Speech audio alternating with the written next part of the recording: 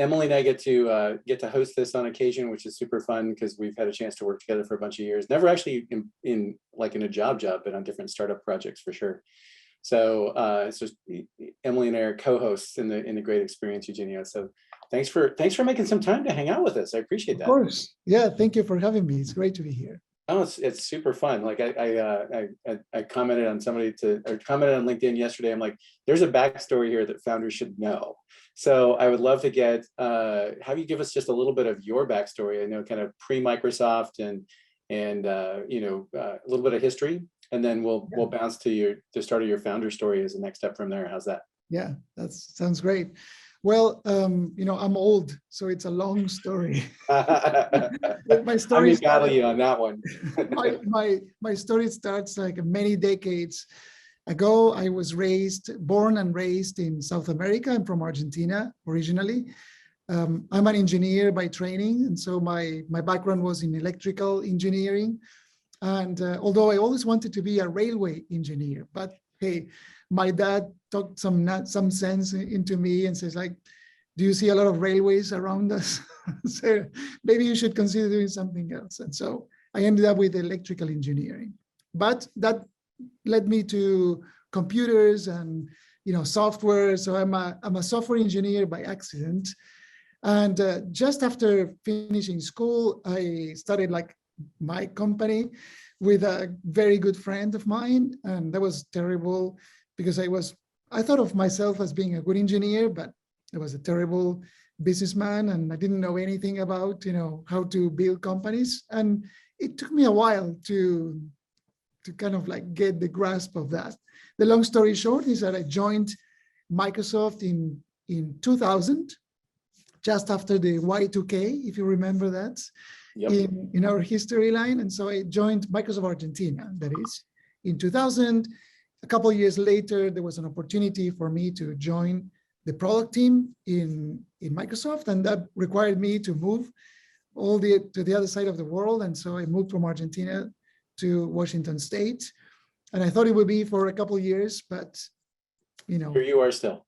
Here I am, this 1 year, 2 years, kids, dogs, mortgage, stuff. And so now this is my place in the world. In 2012, I always had an itch to build something. I guess Microsoft was a good school for me in terms of all the things that I didn't know when I finished school about like business and building a global company and all the other muscles of a company that are required. I learned them there. I also learned it from you, Dave. So a lot of the credit goes to you because my first lesson. It's work, my friend. my first lessons in entrepreneurship came actually from you. And the program that I joined, I think it was like late 2011 or maybe 2012. Around that time frame, that was when I just wanted to do something different. And so I quit Microsoft in 2012, end of 2012. And in 2013, we started Auth0, which what we do is we solve the authentication and authorization for developers. It's an old problem. It's a thing that every application, every system, every piece of technology needs to address. It's who is a user, who isn't a user. But it has never been, until us, I would say, it has always been an infrastructure thing as opposed to being an application developer thing. And right. That's the genesis of Auth0. We grew Auth0 for many years until last year, 2021, when we decided to join forces with Okta. So technically, Okta acquired our business. And it's been almost a year now, and it's been quite a ride. So, yeah, for sure. Yeah, very interesting. So congratulations. There's not a lot of unicorns in Seattle, more than there were 5 years ago. But congratulations. That's a huge outcome for the company and for you and the team. Yeah, it's been quite a ride. It's awesome. We'll get into that one in a minute. I want to go back a little bit to your, making the leap, right? Because people are like, I'm going to quit my day job and I'm going to go start a company. And Emily's been to that move and you've been to that move. And I know Yes. your original start a company isn't the original, it wasn't Auth0. So I don't need to go too much into detail, but talk about that, both taking the leap, right? But also the at what point you decided to be like, this is not the right idea. Like, I want to be an entrepreneur, but this is not the right idea. And how did you make that decision and how did you make that leap? Yeah, I think the most important skill for entrepreneurs is like treading the fine line between being persistent on your ideas when everybody's telling you no, no, no, no, no, and when do you need to adapt to the reality. And so, like, when we met for the first time, we had an idea which was essentially very similar to what we ended up doing, but not quite the same. And in fact, I remember a lot of the feedback that I got from you and from the people in that program, which was not very positive, frankly. It was not very like, yeah, well, this is not going to work, essentially. And you know what? You were right. So the idea itself, the problem that we were solving was right, or was a problem, but the way we went around doing it was not the right one. And so I remember, listening from you, things like, are you a tool or are you a product? And so our first incarnation, it was more of a tool, as opposed to being in the center of things and being the critical path for a customer. That was, good, very good insights into what made our idea, the execution part of our idea. So we changed our plans entirely. We changed our name a little bit. It wasn't Auth0.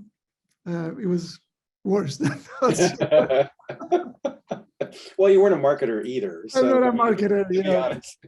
The other lesson learned was that, maybe the biggest skill, it's also to surround yourself with specialists and great people that know more than you in some areas. And so that the journey of company building, it's a journey of specialization, constant specialization. And you go from generalists to, specialists, along the way, and knowing when to essentially delegate to somebody that knows better. But, perhaps the biggest, for people taking the leap, it's very scary, especially if you're doing well, which is, frankly, I was in a good place. Microsoft is a fantastic company, and they treated me well. I had had good reputation, and I made good money. I have a really good. It pays the mortgage. Yeah, right? I paid all that stuff. So, I had to overcome a little bit of my own fears. And a lot of our fears are more in our imagination than in reality. And so there's nothing than doing. I guess you can spend all the time in theory and in trying to figure out and reading all the content and books about the topic, but everybody's journey is unique. And so every company, it's its own journey. There's no other Auth0. There's no other Microsoft or, place any company. Eugenio, right? I mean, all of us as founders are unique too. Totally. So there's a lot of the context is unique. And now I believe that you learn more from doing than from thinking. And by just doing, just go and try. What's the worst that could happen? That's actually my wife's wisdom was like, what's the worst that could happen? You're going to try and it doesn't work, most likely. And then you're going to go back and find a job. I don't think you're going to have trouble finding a job. So, yeah. So talk to us also about the early days. One of the biggest challenges as a founder is often we get really excited about the product, we build the product, and then we actually have to sell it. Can you tell us about how you sold Auth0 to those, how did you find those first 1,000 developers, 100 developers? What did you do in those early days to bring customers in? Anything. I did whatever it took, So I think the selling, it's probably one of the, especially if you have a technical background like I did, I'm an engineer. So I love building stuff. I like solving problems and puzzles. And, I regret not going into sales at one point of my career earlier. Because, sales, we have all these preconceived ideas of what sales is. It's this sleazy person trying to, talk to into a deal, and it's money, and we don't want to deal with all of that. And I think selling, it's one of the most important skills that you need, not just because you're going to literally sell your product to customers, but you're also selling yourself and selling the idea to investors and selling the vision to employees that want to join your company too. So you're always selling, really. You're always selling different things, but you're always in this storytelling of why what you're doing matters and what you're doing has a purpose or is going to be meaningful in any way. So why would anyone take the leap with you? And why would anybody give you money to grow the business? And why would anybody bet on your product? It's all, we call it selling, but it's that process. So in the early days, that's what I did, actually. I decided that our co-founder, or my co-founder, would be spending all his time building and just iterating on the solution for the problem. And I would spend all the time talking to prospects and trying to convince people to try our system. And, I brought in with me I wasn't super well known, but in this domain, I had a name, I had published a couple books on the topic, and it's a niche topic. So I was more or less known, and I used that as a platform to project the opportunity and what we were doing. Now, I also used a little bit of the playbook of companies like Twilio and Stripe and Heroku and SendGrid. All these are developer-led companies who are selling. It's a little bit of a different motion from traditional enterprise sales. So I wasn't cold calling people necessarily, although I took every call that I got. But it was all about creating awareness and being in the communities where developers lived. And so we published articles, we wrote quick starts, we used Twitter, we used Stack Overflow. Everywhere where there was developers, we were there. And so we were answering questions. We became a little bit of like the go-to people in all things authentication. And because there was nobody else doing it, frankly, and the problem was a pervasive problem, it's a pretty universal challenge, authentication. So we got to a critical mass relatively quickly. So it took us almost a year to get 1,000 followers on Twitter and 1,000 free accounts. Our go-to-market was freemium too. So we create like a free trial, free forever, self-service, and then we brought in like the enterprise sales kind of later on. That makes sense? Absolutely. Is that part of why, so you also have a very interesting journey as an executive, moved into VP of customer success, and then your CEO, can you also talk us through that journey and how you decided of where you as the founder moved through the org and when you brought in outside people? I think that'd be really fascinating to hear. So the first year we bootstrapped the company because we didn't know all I knew about fundraising, I knew from Dave. And I said, well, that seems all very complicated and scary. So we're not do that for the time being. And so we decided to let's let's try to get to product market fit as quickly as possible. And my hypothesis was that our position in fundraising was going to be stronger if I already had like proof points with customers, essentially. So I have a product, I have these followers, I have all these, you know, the good vibes from our community. And guess what? We also have customers paying us. I thought that would be like a good story to tell investors. And that's what happened, essentially. So, but it was, you know, I didn't have any experience fundraising or in the venture capitalist world, and, you know, none of that. And so I knew somebody that did have that experience.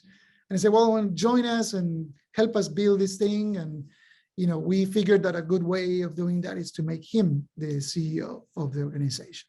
And so I said, I'm fine with that. You know how to do this better than I do. And I can go and do what I do really well, which is I talk to customers. And so I became like the head of customer success / product management / support / technical writing. Everything that was really focused on customers, that was me. And so that was the three legs, I guess, of the system. In 2014, then, this person joined us as our CEO, and he stayed with us until 2017, which, you know, was a period of a lot of growth. And, you know, if I went back and look back at that decision, I don't regret the decision. And I think it was the right decision, given what I knew. Now, of course, now I know better. If I were to start again today, I would probably not do that. But with what I knew back then and with my skill sets and my interests, and I think it was a great day. I'm really grateful to him and everything that he did to, you know, help us.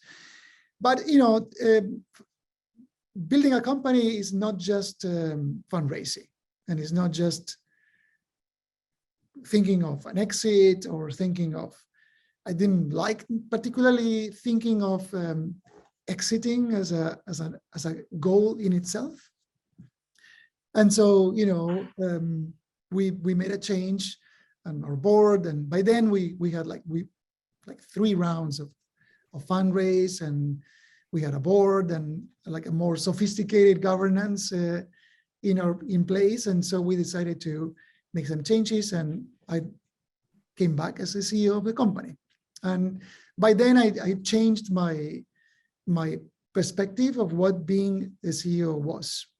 And I also have a coach. So I have a coach since, you know, the early days. But when I became the CEO for the second time in 2017, I joined the program for CEO development. And so I kind of went to school, you know, how to be the best CEO I could be. And that was a life-changing, you know, decision. Talk a little bit about, that's a very self-aware process, right? I mean, unless your board forces you to do it, which is not your DNA. But one of the things that's, as an investor now, and as I talk to founders, it's one of the things I can't score for, right? I can't score for self-awareness, right? And I wish I could, because it would be amazing, but both employee selection as well as investments. Yeah. But what was your perspective when you were sitting in the chair going, should I hire a coach? Should I, like, because all those things cost money and I'm competing for limited resources. So how did you kind of think about that? Well, it was clear that, you know, I could represent the spirit of the company. I could represent its values. I could represent the core things that made Auth0. But I lacked a lot of technical knowledge, you know, in finance or in, you know, in legal, and like there's other pieces of the puzzle which I didn't have. And so I, you know, always been very, very, very much into development. So I have like a learning, what we call a learning mindset, you know, came always natural to me. I'm always curious, and I never like think of myself of mastering anything in particular, but I'm always in this journey of learning and taking feedback. I always took all the feedback as a gift to me, even the worst. Even like when somebody told me you suck at this. Yeah, it's kind of like it's like a nasty envelope. Right. But I realized early in my life that it's not what people say that made me angry or upset or I didn't like. It's what I thought of what they said that made me mad or angry. And if I can change what I think, I cannot change what people say. I cannot change what you think of me. I cannot change what you do. It's you. But I can change my interpretation of what you said. And I can take your feedback to me as, a judgment and my own self-value and self-esteem attached to your opinion. Or I can just take it as input, as another input from the world, and use it to my own advantage. So, this is a little bit like focusing on the things that I control and things that I don't control at all. Oh. And so, maybe I was lucky. And so I had that perspective. I always valued development and feedback and welcome everybody. I don't care. My skin is very thick. So you can tell me anything you want. And I used all that input to create my own judgments. And so, but having a coach and joining a CEO development program didn't take that much of an effort, actually, because as you say, it's money and it's time consuming, but the effects are pretty dramatic because, you avoid costly mistakes, mistakes that are difficult to revert. Yeah, though it costs you money, it is cheaper than the alternatives. That's exactly right. Very wise. So, Eugenio, you have built an incredible reputation in the community of Auth0 is known for its culture. It's known to be a place where you can thrive. I've known of your brand a very long time. And I'd love to hear how your intentionality in the early days around how you built that. And then also how you did that globally and for a remote workforce, because all of those pieces and doing it together is a big challenge. And I think we can all learn from that. Yeah, thank you. Well, there's actually I have a book next to me always, which I read, which is this one. So you can take a look at this. This is the same author that wrote the 5 dysfunctions of a team. Yeah. So it's a very well-known, piece of literature that I thought it was very spot on. So I adopted the framework as a framework for the company. And it's a very simple framework, actually. But, like in most things in life, simple does not equal to easy. And so like back to the self-awareness conversation, when people tell you something you don't like, the first reaction is to get angry and upset and blame and just say, oh, look at that, jerk, whatever. That's who we are. It's like a natural, human, it's in human nature. It takes effort to take a step back and overcome the first reaction and focus on what's really behind that reaction. Likewise, the principles of management that I follow are very simple frameworks. And it's based on creating a culture of trust. That's kind of like level number 1. Because if you don't have trust among your team members, and the leaders of the organization, it's impossible to effectively resolve conflict. And so conflict, which is inevitable, because there's always going to be conflicting interests in a company. Like, I'll give you an example. Intrinsic conflict, I mean. Not conflict because of people. It's just intrinsic conflict. Like, sales wants to sell and product wants to build. And it's very easy for sales to blame product for not shipping the feature that they need to sell. That's great, only that, you know, sales is quarterly driven or yearly driven, and engineering, it's multi-year driven. So whatever decision they make in technology, they're going to have to live with that decision for years. Whereas, you know, a deal that it's closed and we move on to the next one. So by its own nature, a company has teams which have different conflicting interests. And without trust, we cannot put those problems on the table. And so this pyramid of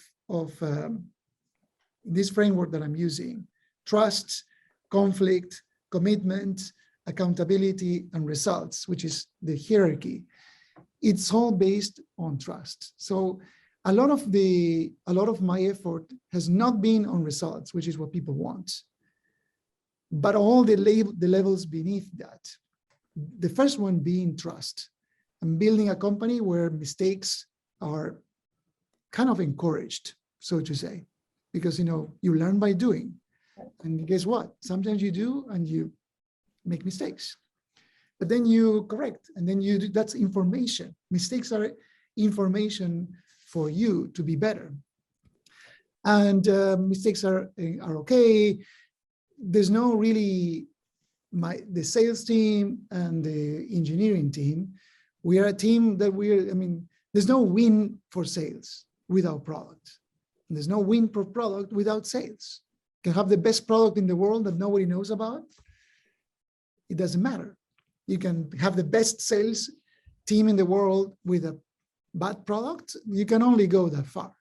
So this notion of like, we are in this together, and trust and deep collaboration and the interests of the mission, our customers, our team, and ourselves in that order, we kind of like build around those concepts all the time.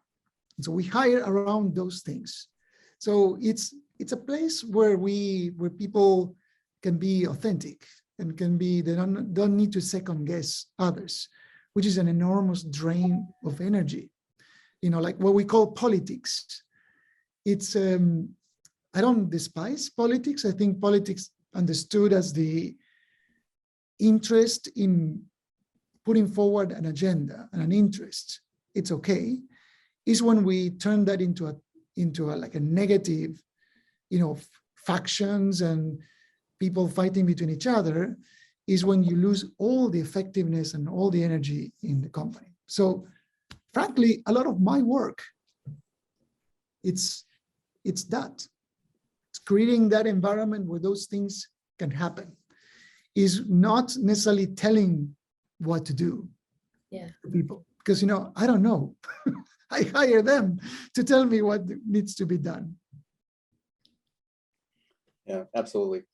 Love it. And love Lencioni's books too. And even the story versions of them and such. They're, you know, the great writer as well as a great org for sure.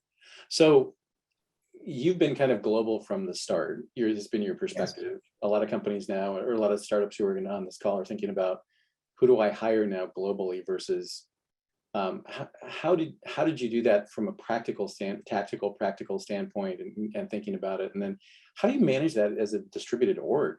All of us are coming out of this with, like, you're in the office now, which we were talking about at the beginning, but your org is across a bunch of time zones.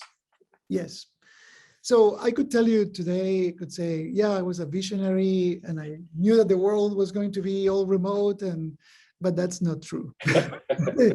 The truth is that we were remote by necessity. And so my co-founder was in South America, is in South America. I was here and I was not going to move to South America, and he was not going to come here. And so from day one, we said, like, well, let's actually make this work for us, not against us. Let's not make this a disadvantage.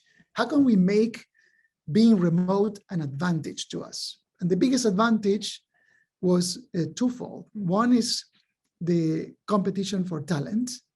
So by not restricting yourself to being in one place, physical place, we were able to bring amazing talent that was kind of like neglected by some of our competitors for talent. So, Microsoft or Google or Facebook or Amazon, they had a bias of, hiring in Seattle or hiring in San Francisco or hiring in New York.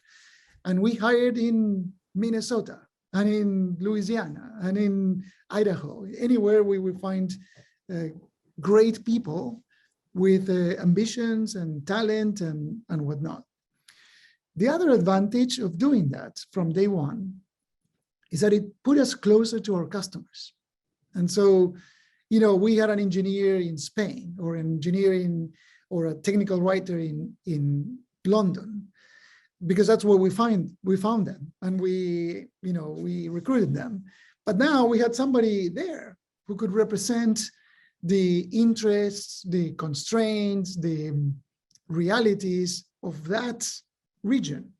And they would say, yeah, but this doesn't work here, or this doesn't actually work there. And so we kind of helped us shape the product, our communications, the content, to be more in line with what our customers were required. And so that kind of created like a virtuous circle. But from day one, we were lucky to implement a good communication framework, which is very, very deliberate.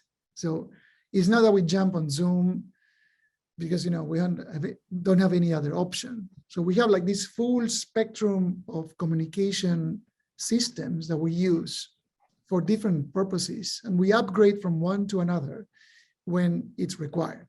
And that didn't happen we made a lot of mistakes, but now we have a well-oiled machine of, we start a conversation in a document, perhaps where there's collaboration in the document, then we clarify things maybe on Slack, then we jump on Zoom when there's a lot of ambiguity.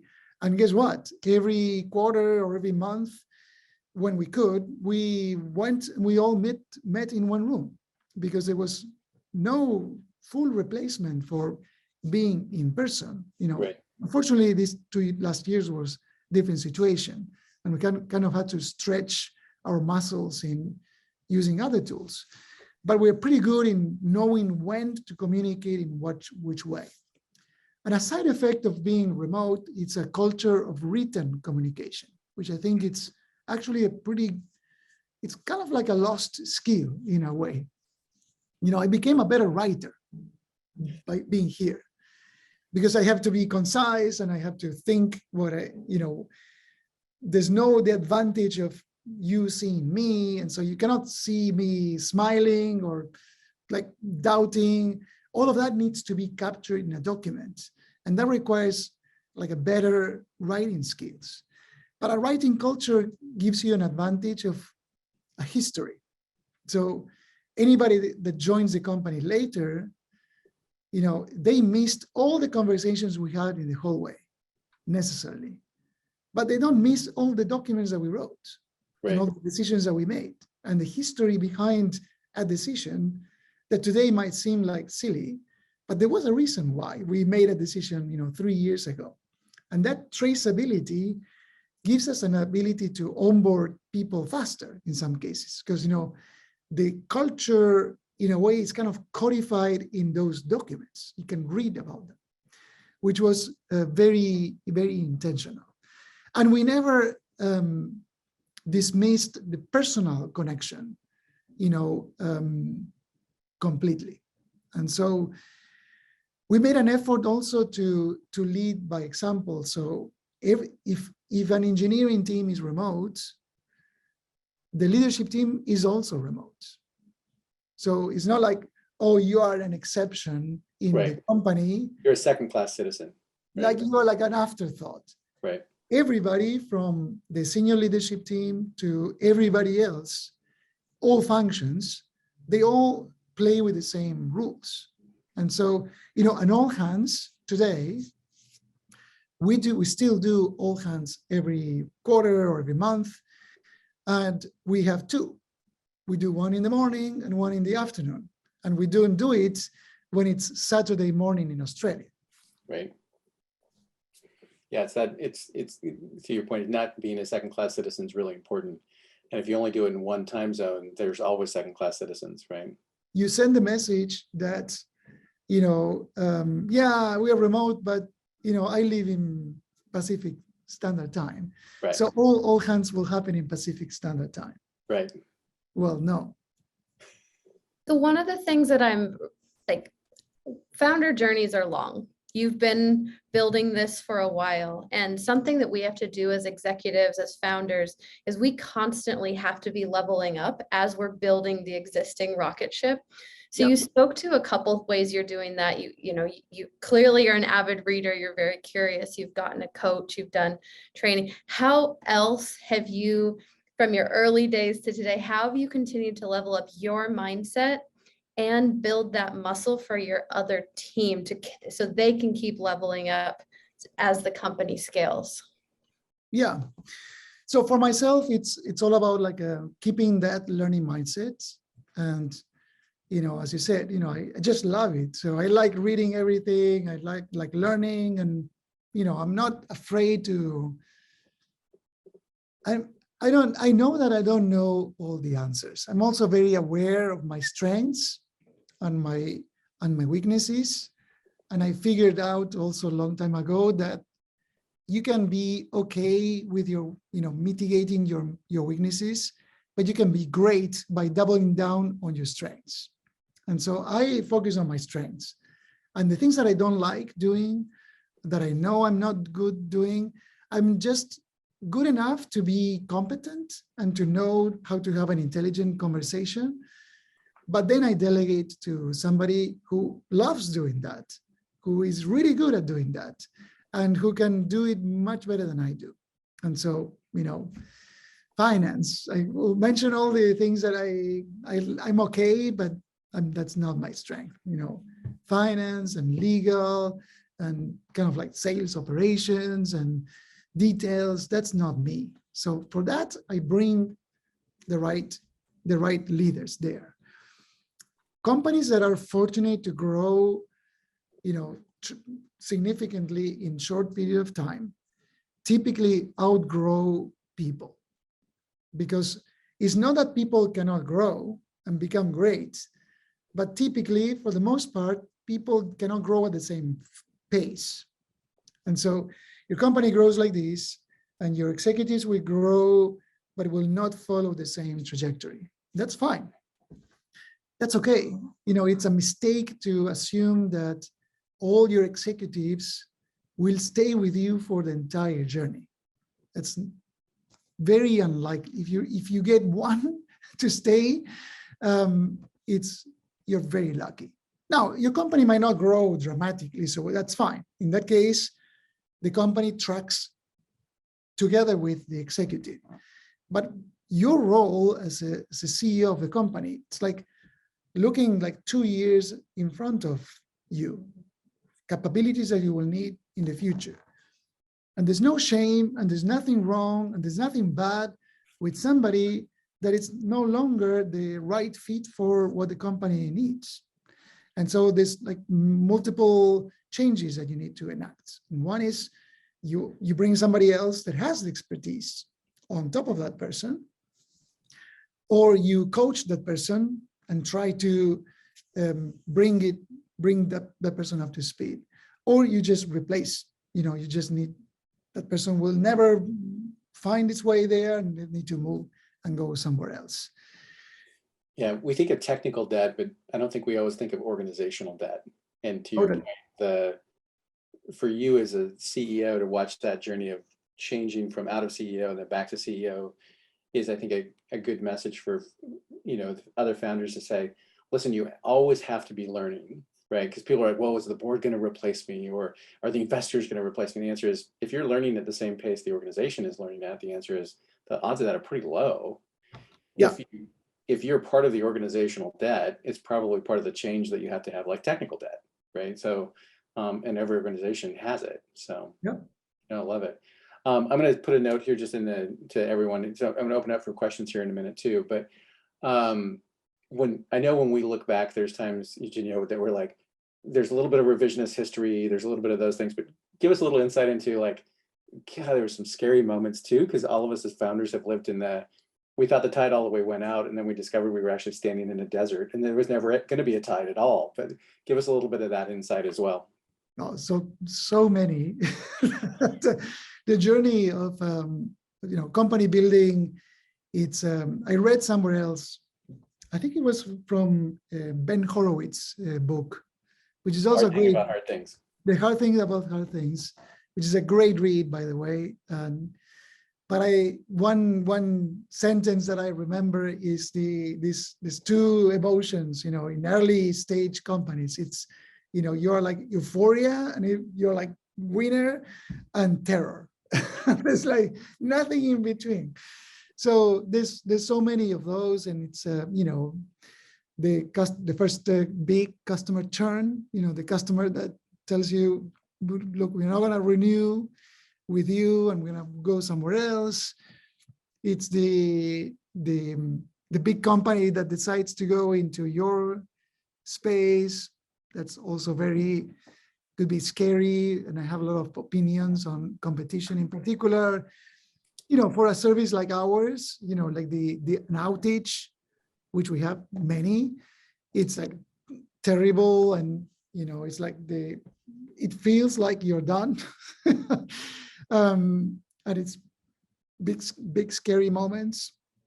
We experienced all of those. We had our outages, we had incidents, we had people leaving, we had the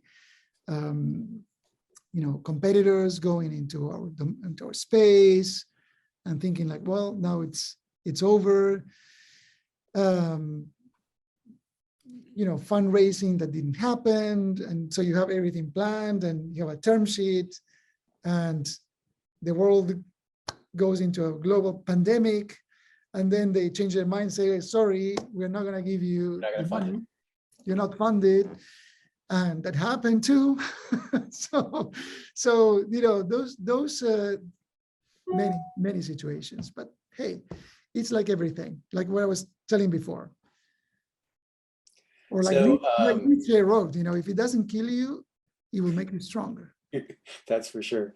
I posted the links to a couple of the books. So Andreessen Horowitz, or founder Ben Horowitz, wrote The Hard Thing About Hard Things, was one that mentioned in Patrick Lencioni's book as well. Yes. Somebody asked here that you mentioned you participated in the CEO development program in addition to your coach. Can you share which program you chose and why? Yes, it's called 10x CEO. 10x CEO. So it's very similar to, or it has similarities to programs like YPO, if you're familiar. So some people are more familiar with YPO. This is like a slightly like a smaller program, but it's essentially like a peer coaching program. So there's a coach, and there's like a group of companies that you're part of, and it's roughly 8, between 6 and 10 at most. Cohort size, yeah. And you have like a cohort that you're part of, and you meet quarterly, and it's you learn from your peers, but you'll also learn from your coach. So that's the program. So a question here is, you described not wanting to focus on the exit. How do you envision the future of your company at that time, and how did your transition take place where you were ultimately sold? Yeah, I never wanted to have like a goal like that in mind, whether it was an acquisition or the IPO, milestone. I always wanted to have a mindset of like a permanent development. There's another book that I would strongly recommend. I love it. It's called The Infinite Game. The author is Simon Sinek. Mm-hmm. He's a great writer, and it's an easy read, but it's awesome.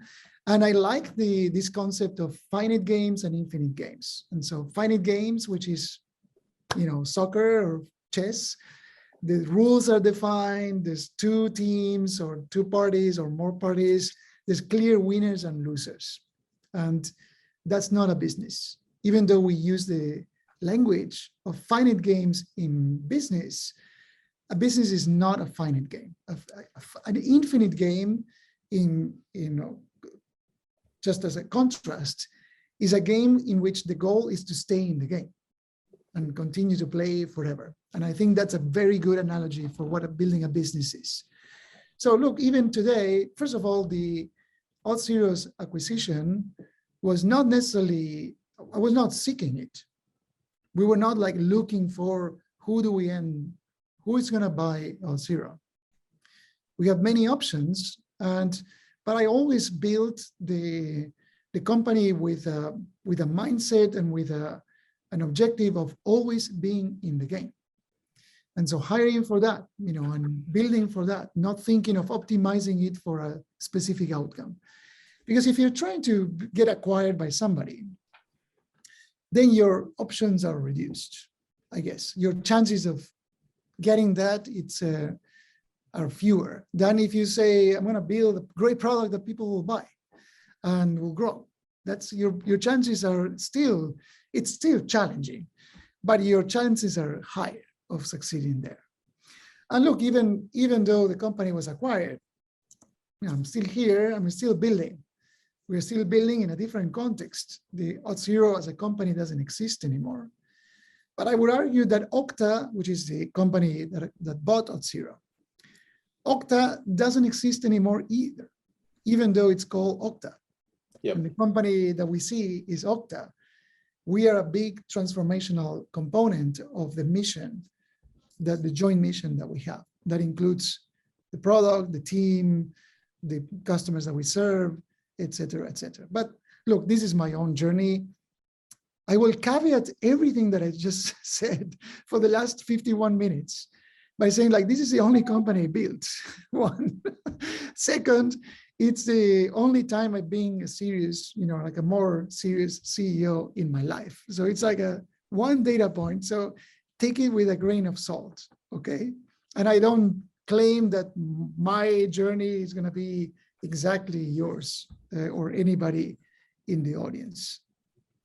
Yeah, for sure. And I think the whole, like, there's playbooks and frameworks. You made a great reference to there's frameworks you can follow, but you still have to do it in the context of who you are as the founder. And because if you try on somebody else's clothes, the answer is it just doesn't fit, right? You can't be something other than what you are.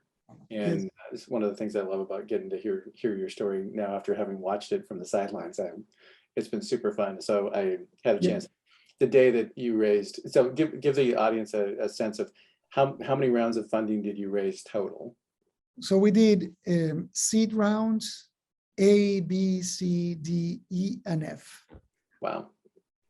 Okay. Yeah, so pretty much every year we raised a new round. And I know you made a funny quote in one of the interviews you did about your dad at one point was saying, so have you ever made money? Right? And you were like, no, we've actually never made a profit, right? So we never made money. So he still does not understand. He's like, how come people give you like millions of dollars and you don't make any money? I said, well, okay, I'll explain to you. Exactly. So So the time frame between the Series Seed and the Series F was about 8 years? Every year, one round. So we raised 2014 was seed round. Yep. That was $2.4 million. Then Series A, 15, 16, 17, 18, 19, and 20. The last one was with Salesforce. It was our Series F. And that was almost 2 billion post money, and we raised $100+ million. Right.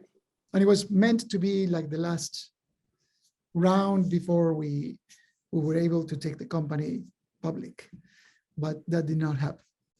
Well, I got to say, it was twice as fast as DocuSign. So at some point I'll connect you with Tom, because Tom was always saying that, it was a 16-year overnight success story, right? Because people didn't watch the early years, right? Yes. So, no, it was 10 years. I mean, we are 10 years old. Yeah. So yeah, it was, there's an element of luck too, which I've never underestimate that. But I think the biggest component in what we call luck, it's timing. So the timing for what we were doing and how we were doing it. Look, before Auth0, I was at Microsoft 13 years. And for the last 5 years there, I was telling the world about what we were doing in identity management. Right. And nobody bought. even though it was Microsoft. And you say, I spoke with hundreds of companies and say like, one day you're going to run your software in our servers. Yeah, no way. One day you're going to put all your credentials in our machines. Not in this world. Well, and Well, people had tried that, your products, the idea of solving the problem before, right? I mean, Active Directory has been around for a long time. Yes. But I was dropping a video, the Bill Gross video, into the chat too, because he talks about timing, right, Yes. of being one of the key success factors. I think you're totally right from a the whole like luck perspective, because some people will be, and they're very animately either way, right? Which is like, there's no such thing as luck, and the answer is no. Timing is kind of luck, right? Yeah. So you can look back on it now with 100% hindsight and say our timing was amazing. And I know a lot of investors who are like, our timing investing in Auth0 was amazing. And you're like, you didn't do anything other than write a check. Your timing actually didn't even matter, right? Yeah. Eugenio's timing was amazing, but you wrote a check, you didn't actually do the work. Now the checks are important. I don't want to take away from the checks, right? Because without that wouldn't have happened. But All pieces contribute to this. it's part of the whole. So For sure. one other question here is, somebody said, in the moments of needing to do versus think, Yeah. how do you get unstuck to take action? That's a very good question. And I like, I think Jeff Bezos has this framework of, the doors, like this, I'm not sure what's the analogy, but essentially it's like irreversible versus reversible decisions. And so if there are things that you think you can fix or undo reasonably inexpensively, then you don't think too much, you just do. Because you're gonna learn more from doing than from just overthinking and overanalyzing. Yeah, thank you. Yes, one-way doors. But there's other decisions which are really difficult to undo. So for example, a company being acquired. Your company was bought. There's no more company, no more independent company. I thought very deeply about that, very deeply. And it was a very difficult decision to make. And so that one I spent like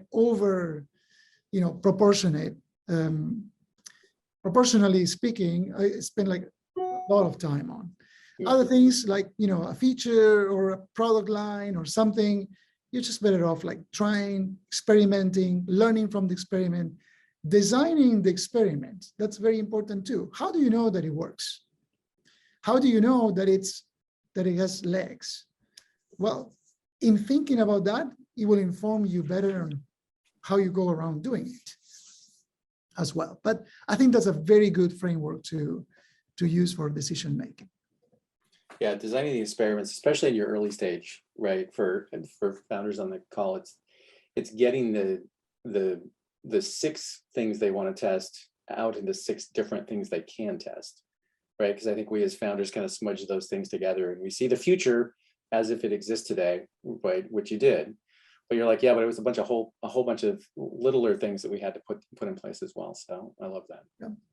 Well, my friend, so great to see you. Congratulations on the amazing exit and actually staying. I never actually stayed after I sold one. Maybe I had too many control issues. I'm not sure which, but congratulations on that and Yes. the team success and all that. And Well, thanks so much for joining us today. I really, really appreciate it. Well, thank you for having me. It's great to be here. And hopefully this was useful for everybody out there. Thank you. Thank you. Love it. Thanks, Eugenio. All right. Thanks, everybody. Koki, back to you. Thanks, Eugenio, for your time today. Really appreciate it. Yeah, so we'll have this recording available on our website if anyone wants to check it out. And yeah, that's it for me. Thanks so much, everyone.